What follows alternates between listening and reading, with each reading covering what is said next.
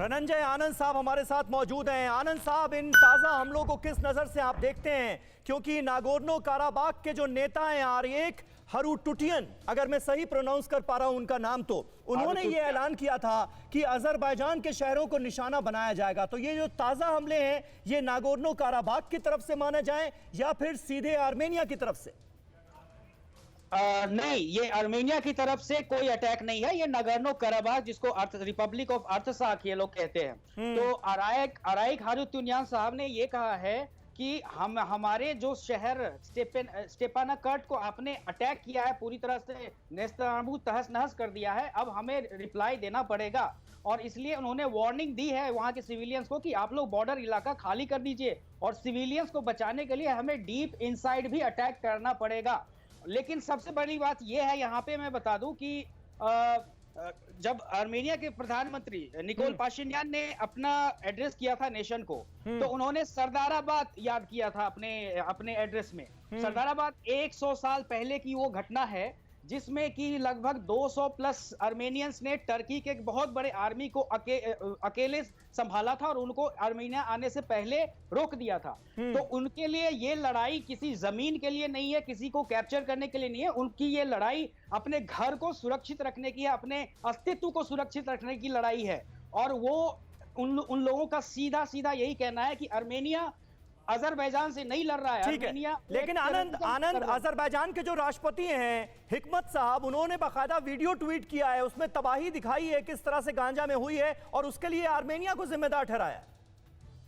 समीर जी, देखिए, ये information war भी है। जहां तक उन लोगों ने की थी कि आर्मेनिया के शहर कराबाख के शहर के किसी इलाके को उन्होंने कैप्चर कर लिया है। हाँ। और झंडे को उन्होंने लगाया था, वो भी उसको आर्मेनिया ने बिल्कुल निगेट कर दिया। उन्होंने अपना दिखाया वीडियो की, देखो हमने इनको भगा दिया है। तो बेसिकली दोनों तरफ से क्लेम और काउंटर क्लेम हो रहा है।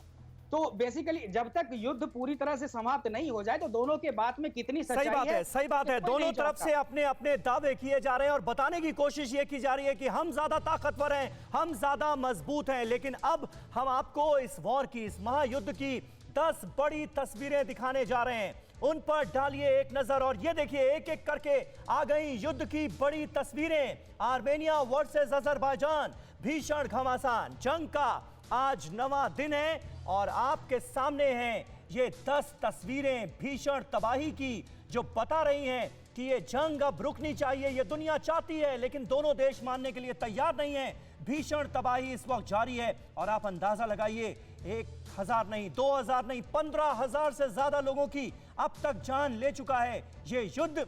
और ये युद्ध अभी भी जारी है, जंग अभी भी जबरदस्त तरीके से चल रही है। दोनों मुल्कों के बीच आर्मेनिया के 4200 सैनिक मारे गए हैं, अजरबैजान के 3000 सैनिक मारे गए हैं। इसके अलावा आर्मेनिया ने सैनिकों को जंजीरों से बांध लिया है। जिन सैनिकों को पकड़ा गया है, अजरबैजान पर बरसाए गए हैं बम।